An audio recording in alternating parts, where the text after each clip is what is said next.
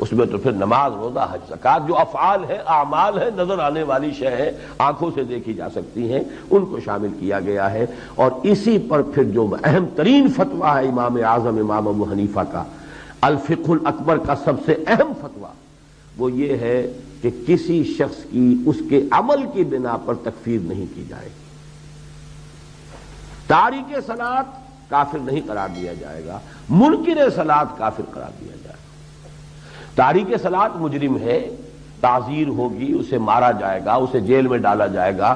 بعض حضرات جو ہے قتل تک کے بھی اس کا فتویٰ دیتے ہیں، بعض فقہا، امام صاحب نہیں دیتے، امام ابو حنیفہ کے نزدیک نہیں، وہ یہی ہے کہ اس کو جیل میں ڈالا جائے یہاں تک کہ وہ توبہ کرے اور وعدہ کرے کہ میں نماز پڑھوں گا پابندی کے ساتھ، تب چھوڑا جائے۔ باقی بعض حضرات اسے، لیکن ان میں بھی پھر اختلاف ہے کہ آیا تعزیراً کہا جائے گا یا یہ کہ حداً۔ حد تو اس صورت میں قتل کی ہوتی جب اسے مرتد مان لیا جائے، تو بعض لوگ اس انتہا تک چلے گئے ہیں کہ جو تارک صلاۃ ہے وہ کافر ہو گیا، مرتد ہو گیا، اور اس کو قتل کیا جائے حد کے طور پر کہ وہ مرتد کی حد اس کے اوپر اجرا کر دیا جائے۔ لیکن امام اعظم امام ابو حنیفہ، جن کے بارے میں میں پورے اطمینان اور اشراع کے ساتھ کہتا ہوں کہ جو سینس آف لا اللہ نے حضرت امام ابو حنیفہ کو عطا کیا تھا، اس کی شاید دنیا میں کہیں کوئی مثال نہیں ملی۔ اس قدر باریکی کے ساتھ انہوں نے جا کے معاملات طے کیے۔ اتنی بات کہہ دی لا یزید ولا ینقص، بظاہر کتاب و سنت کی اتنی بڑی نفی ہے، قرآن میں ایمان کے اضافے کا ذکر ہے، ما زادہم الا ایمانا و تسلیما، قرآن کے الفاظ، زادتہم ایمانا، ان کے ایمان میں اضافہ ہو گیا۔ وہ کہتے لا یزید ولا ینقص، قرآن کا انکار کر رہے ہیں۔ نہیں، در حقیقت وہ اس کا قانونی پہلو ہے۔ اسلام کا جو سٹیٹس ہے دنیا میں کہ وہ مسلمان ہے، وہ نہ گھٹتا ہے نہ بڑھتا ہے، سٹیٹس اسٹیشنری۔ اس کے جو دستوری اور قانونی حقوق ہیں وہ بالکل برابر رہیں گے، نہ کم ہوں گے نہ بڑھیں گے۔ یہ نہیں ہے کہ ایک فاسق و فاجر مسلمان کے جو قانونی اور دستوری حقوق ہیں وہ کم ہیں، اور ایک متقی اور بڑے پابند صوم و صلاۃ مسلمان کے قانونی اور دستوری حقوق زیادہ ہیں۔ لا یزید ولا ینقص، اس معنی میں ایمان نہ بڑھتا ہے نہ گھٹتا ہے، وہ تو ایک جگہ پر کھڑا ہے، بلکہ وہاں تو یہی ہوگا یا ہے تو پورا ہے، آل اور نن لا، یہ ہمارے ہاں فزیولوجی کا ایک قانون ہے، آل اور نن لا۔ کوئی شے ہوگی تو پوری ہوگی، نہیں ہوگی تو زیرو۔ خاص طور پہ یہ جو والنٹری مسلز ہوتے ہیں، ایک مسلز تو ہمارے وجود میں ایسے ہیں کہ جن کو حرکت میں لانا ہمارے اختیار میں، وہ خود بخود حرکت میں ہے، نہ اسے روکنا ہمارے اختیار میں، نہ چلانا اختیار، جیسے دل کا، یہ بھی تو آخر مسل ہی ہے نا، یہ جو کنٹریکٹ کر رہا ہے یہ ہمارے اختیار میں نہیں ہے، یہ تو خود بخود ہی چلتا ہے۔ انتڑیوں کے اندر مسلز ہیں جو اس کے اندر حرکت پیدا کرتے ہیں، وہ ہمارے اختیار میں نہیں، افارا ہو گیا، اب بے بس ہو کر بیٹھے ہوئے، انتڑیوں کو جنبش دینے کی اپنے اندر تو اختیار میں ہے ہی نہیں، وہ تو انوالنٹری ہے۔ والنٹری مسل جو ہے، جس سے میں نے اپنے اس ہاتھ کو جو ہے جنبش دی ہے، والنٹری مسل کا ہر فائبر جو ہے، ہر سیل، اس کے بارے میں یہ آل اور نن لا ہے۔ اس کو سٹیمولس جو پاس ہوگا اگر پورا ہے تو وہ حرکت کرے گا، اس سے ذرا سا بھی کم ہے تو حرکت میں آئے گا ہی نہیں۔ یعنی یہ کہ یا تو حرکت کرے گا تو پورا کنٹریکٹ کرے گا، اور اگر نہیں کرے گا تو بس وہ جنبش ہی نہیں کھائے گا۔ آل اور نن لا، یہ آل اور نن لا ہے جو اسلام کے بارے میں اس جو ہے وہ مستعمل ہوگا کہ یا تو مسلمان ہے تو ہے، بس اس کے تمام حقوق جو ہے دستوری اور قانونی وہ اس کو حاصل ہے، یا پھر یہ کہ مرتد ہو گیا تو زیرو ہو گئے۔ بیچ میں نہیں ہو سکتا یہ 50% اور یہ 30% اور یہ 70%، اس کے قانونی اور دستوری حقوق جو ہیں وہ آل اور نن لا جو ہے اسے گورن کرے گا۔ یہ ہے اصل میں وہ مسئلہ، اسی میں تو ٹھوکریں کھائی ہیں۔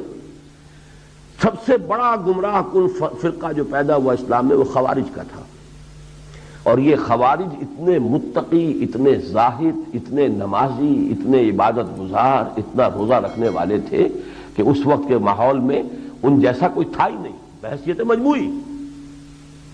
لیکن غلطی اسی میں ہوئی کہ ان حدیثوں پر جس کو کہ میں نے آپ سے کہا ہے، جس کی چند مثالیں دی تھیں، جن میں یہ آ گیا کہ جس شخص نے شراب پی، لا یشرب الخمر حین یشرب وہو مومن، جس شخص نے شراب پی ہے وہ مومن نہیں رہا، مومن نہیں رہا تو کافر ہو گیا، کافر ہو گیا تو مرتد ہو گیا، مرتد ہو گیا تو قتل کرو۔ اس کا مال بھی تمہارے لیے مباح ہے اور اس کی بیوی بھی اب تمہاری لونڈی بن سکتی ہے۔ ذرا سی غلطی، انتہائی تقوی، انتہائی نیکی، انتہائی عبادت گزاری، انتہائی سمجھیے کہ دینداری، لیکن فکری اور جو غلطی جو ہے نظریاتی، تھوڑی تھوڑی سی غلطی ہے، اس میں تشدد کہہ لیں، انتہا پسندی کہہ لیں، لیکن نتیجہ تو یہاں تک نکل رہا ہے کہ جب اس نے گناہ کبیرہ کیا، گناہ کبیرہ کا مرتکب کافر ہے، مسلمان تھا کافر ہو گیا، اس کا مطلب مرتد ہے تو واجب القتل ہے۔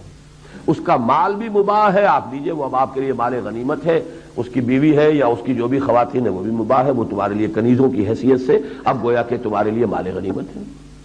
اتنا بڑا فتنہ صرف اس مس انٹرپریٹیشن کی وجہ سے پیدا ہو گیا۔ اس سے آپ کو اصل میں اس اہمیت کا اندازہ ہوگا کہ یہ کیوں اللہ تعالیٰ نے ان دونوں کیٹیگریز کو، کیونکہ قرآن مجید میں یہ دونوں کیٹیگریز اس طور سے بھی بیان ہوئی کہ دونوں۔ محمد ادریس صاحب، بخاری شریف میں حضور پاک کا ارشاد ہے کہ اس طرح نماز پڑھو جس طرح تم مجھ کو نماز پڑھتے دیکھتے ہو۔ سوال یہ کہ حضور نے کس طرح نماز پڑھی، جبکہ بخاری شریف میں حضور نے رفع یدین کی نماز پڑھی ہے۔ بخاری شریف میں حضور نے رفع یدین کی نماز پڑھی ہے۔ دیکھیے، حضور نے مختلف طریقوں اختیار کیے مختلف اوقات میں۔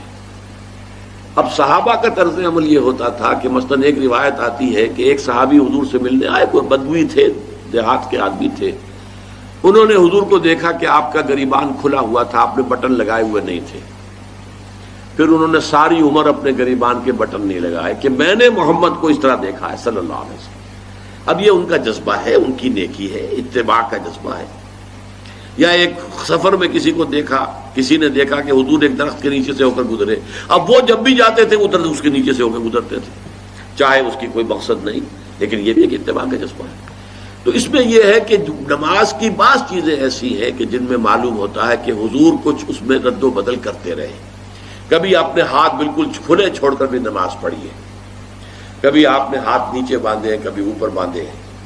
اسی طریقے سے رفع یدین کبھی ایسا بھی ہوا ہے کہ آپ نے وہ کی ہے جیسے کہ اہل حدیث حضرات کرتے ہیں، اور جیسے کہ یہ شیعہ کرتے ہیں وہ اس سے بھی زیادہ کرتے ہیں رفع یدین۔ اہل حدیث سے آگے ہیں، وہ بہت آگے ہیں رفع یدین کے اندر۔ اور ایک رائے یہ ہے کہ حضور نے آخری زمانے میں آ کر سارے رفع یدین چھوڑ دیے تھے، سوائے یہی جو تکبیر تحریمہ کے وقت ہے۔ اب یہ روایات، اب یہ بحث ہو جائے گی علمی، کس روایت کا کیا مقام ہے، کس کی کیا حیثیت ہے۔ بخاری شریف میں جو روایت ہے وہ یہی ہے رفع یدین کی، جو آپ صحیح کہہ رہے ہیں، لیکن یہ کہ بخاری شریف واحد کتاب تو نہیں ہے حدیث کی، مصنف عبد الرزاق ایک کتاب ہے، اور اسی طریقے سے اور اس میں یہ کہ امام مالک کے پیروکار، حالانکہ امام مالک مدینے کے دارالہجرہ کے امام ہیں، وہ رفع یدین نہیں کرتے، امام شافعی کے کرتے ہیں، امام مالک کے نہیں کرتے، امام ابو حنیفہ کے نہیں کرتے۔ تو ان چیزوں میں بہت زیادہ پریشان ہونے کی ضرورت نہیں ہے۔ اصل جو معجزہ ہے حضور کا اور اسلام کا وہ یہ ہے کہ 1400 برس گزر گئے، لیکن نماز کے ضمن میں اتنا اختلاف نہیں ہے کہ تمام مسلمان باجماعت نماز نہ پڑھ سکیں۔ دیکھیں، رفع یدین کرنے میں جماعت ٹوٹی نہیں، آپ نے کیا یا نہیں کیا، جماعت کی فارمیشن برقرار رہی۔ فرض کیجئے کوئی شخص یہ سمجھتا کہ پہلے سجدہ ہے پھر رکوع ہے، تو اب یہ دو آدمی ساتھ نماز نہیں پڑھ سکتے، جن میں سے ایک کے نزدیک پہلے رکوع ہے پھر سجدہ ہے، دوسرا یہ سمجھتا ہے کہ نہیں پہلے سجدہ ہے پھر رکوع ہے، نہیں ہو سکتی، ان کی جماعت اب جمع نہیں ہو سکتی۔ یا کسی کا یہ خیال ہو کہ جیسے ہر رکعت میں رکوع ہے کہ سجدہ بھی ایک ہے، وہ ایک سجدہ کر کے کھڑا ہو جائے۔